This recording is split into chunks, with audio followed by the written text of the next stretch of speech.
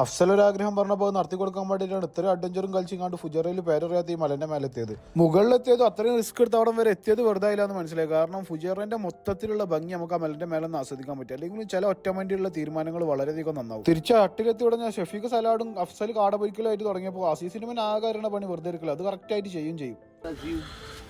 എങ്ങനെയുണ്ട് കാടും സലാഡും കൂടെ എങ്ങനെയുണ്ട്? അടിപൊളി.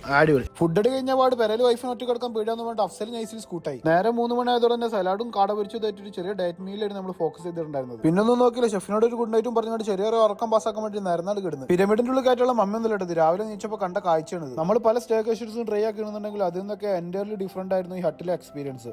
രാവിലെ നമ്മൾ എണീറ്റ് വരുന്ന പാടന്നെ ഇത്രയും നല്ല അടിപൊളി വ്യൂ ഒക്കെ കിട്ടാന്ന് പറയുന്നത് it was too awesome. UAE tallest സിംഗും സിപ്പ് ലൈനും അഡ്വഞ്ചർ സൈക്ലിംഗും അങ്ങനെ ഒരുപാട് ആക്ടിവിറ്റീസ് ഇവിടെ അവൈലബിൾ ആണ്. ഫുജറ ലൊക്കേറ്റ് ചെയ്തിട്ടുള്ള ഈ അടിപൊളി ക്യാമ്പിങ്ങിന്റെ കൂടുതൽ ഡീറ്റെയിൽസ് അറിയണമെന്നുണ്ടെങ്കിൽ ജസ്റ്റ് ഒന്ന് കമന്റ് ചെയ്താൽ മതി. ഇങ്ങനെയൊക്കെ ഇറങ്ങുമ്പോൾ ഇത്ര ആത്മാർത്ഥതയുള്ള ഒരു ഷെഫ് കൂടെ ഉള്ളത് വളരെയൊക്കെ നല്ലതാണ്. രാവിലെ നീക്കണതിന്റെ പിന്നെ ചെക്കൻ ഞങ്ങൾക്ക് വേണ്ടിയിട്ട് നല്ല അടിപൊളി സേമിപ്പോളൊക്കെ റെഡിയാക്കി വെച്ചിട്ടുണ്ടായിരുന്നു. ഒരുപാട് അനുഭവങ്ങളും ഒത്തിരി ഓർമ്മകളുമായിട്ട് ആ ക്യാമ്പിങ്ങും അങ്ങനെ അവസാനിച്ചു.